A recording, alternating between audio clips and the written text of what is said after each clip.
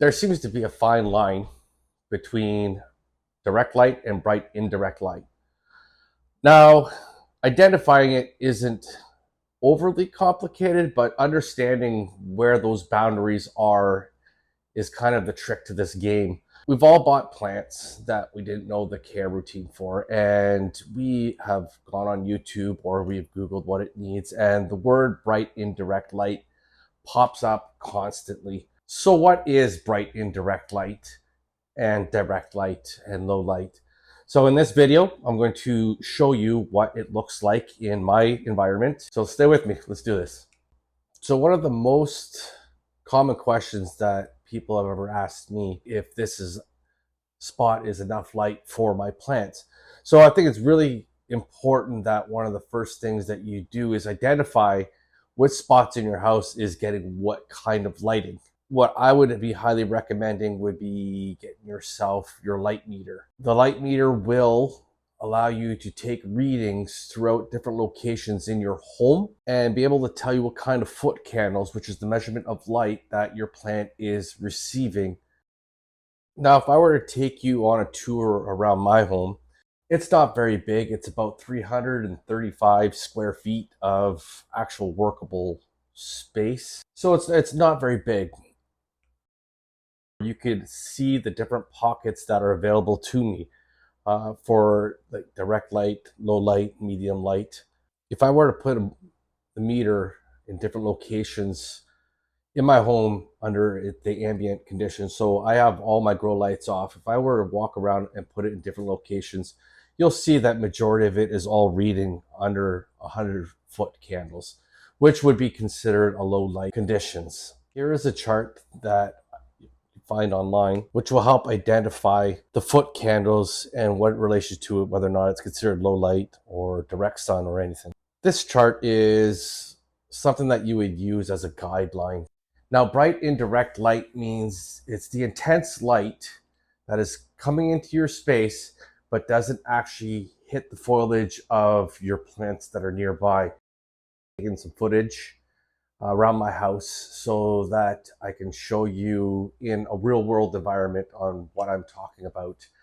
Now, this has been taken over the last few days. I would like to show you what the dappled light looks like, what the bright intense light looks like, where the indirect light begins to play. So stay tuned because you're going to want to see it. I brought my light meter around with everything so you can see what kind of foot candle reading and how intense the lighting can be, and how drastically those numbers can change by moving just a few feet away from direct exposure. So it's going to be good. Let's go. Now, these plants are in direct sun, but it is diffused by my blinds that basically casts a little bit of a shadow. So the lighting is being diffused. The foot candles that these plants are receiving will run anywhere between 1,500 and 3,500 foot candles. But take notice, this is what the dapple effect happens. As the shadow goes over my meter, you can see how the foot candles drops, and then when it goes back into the sun, it increases again. Morning sun tends to be less intense, so having a direct light on some of my plants at this point of the day is usually safe, and in my opinion is some of the best kind of lighting you can have. If we move to my front of my house in the evening, this is taken maybe around 6 or 7 o'clock at night. But you have some direct light on my Monstera Tycon right now. But if I pan off to the side, right where my Paradoxa is hanging, you can see it's just catching some of the light there. So everything on the left-hand side of that is bright indirect versus everything on the right-hand side, including the Ty, is bright direct. The Tycon is providing some dappled protection to the plants at the bottom of my cabinet, like the Spiritus Sancti.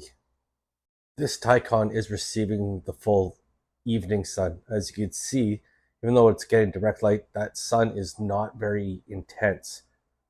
This Tycon and most Monsteras would have absolutely no problem dealing with that kind of direct light, from my experience. Moving to the back of the house, next day we're looking at high noon. So I've marked out on the ground 8 feet away from the window. And when I put my meter up to it, you're looking at 6,500 foot candles. is what the plant would be receiving at that location. Now, what I'd like to do is to use that patch. That is going to be your direct sun.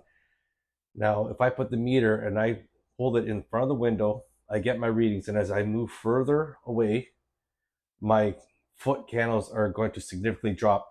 Now, those locations where it jumps from, say, 2,000 or 2,500 foot candles and drops all the way down to 200, 300, 400 in a matter of moving of inches, that is your indirect sunlight. That is your sweet spot. The only thing you'll have to keep in mind will be that as the sun moves throughout the day, the indirect sun will become direct. So I want to point out these two photos. As you can see, when I'm holding the meter in the sun, that it's reading 5,500 foot candles. But if I were to just move it slightly to the other side and up of my body, that we're only sitting at 650. And that is the drastic difference that a few inches or a few feet can make of being in that burn zone. I'm going to call it the burn zone, and being just outside on the fringe, as I like to keep calling it. So shoot for that fringe. So you're going to have to find the little pockets in your house that are similar to the example that I gave you. Those spots where the light is coming directly in, and being able to get your plants just on the outside of those fringes, right? So literally where the light meets the dark, getting them just onto the dark side, that's going to be your sweet spot. That's where your plants want to live. A few key notes as well would be that some plants can be conditioned to be grown in higher levels of lights, as well as be conditioned to grow in lower levels of lights. Keeping in mind the time of the day is a really big one. You can get away with some direct light depending on what time of day is. Early morning to late afternoon are good times where your plants can receive good quality light without being the harshness of that midday sun. Now, taking into consideration seasonality as well, we all have different lengths of seasons. So I'm in Canada, we have 4 seasons. Winter happens to be a longer one. Keeping that in mind, soon my plants in the front here are no longer going to get that direct light coming through this window, because that sun is going to go down before it ever gets around the side of my house anymore. So I'm going to end up having to look for alternate means. My ambient light is not very good. Most of my plants will sit at maybe 30, 40, 50 foot candles. So I do need to supplement with grow lights and my Soltech light. I have a light video showing on how to read the foot candles and what kind of grow lights that I am using to get me through winter, since that season is coming up again. You could check it out. It'll be right here. And so good placement of your lights are going to be important in order to give the plants what you have. Whether or not you're going to put them in cabinets, add extra lighting or something. Even placement of mirrors. Showing this one clip here where my money tree, even though it's on the side of my house, that is not getting any kind of direct light or really any bright indirect light. You can see the amount of foot candles that is being generated bouncing off my cabinet doors. So I hope that this has managed to shed some light on what bright indirect light looks like, low light, medium light, dappled light, what that would look like in your home environment. So that way you'd be able to make some better informed decisions on where you're going to place your plants and what you might be able to grow. But if you've liked the video, please like, subscribe. I hope to see you soon. Thanks for inviting us into your home.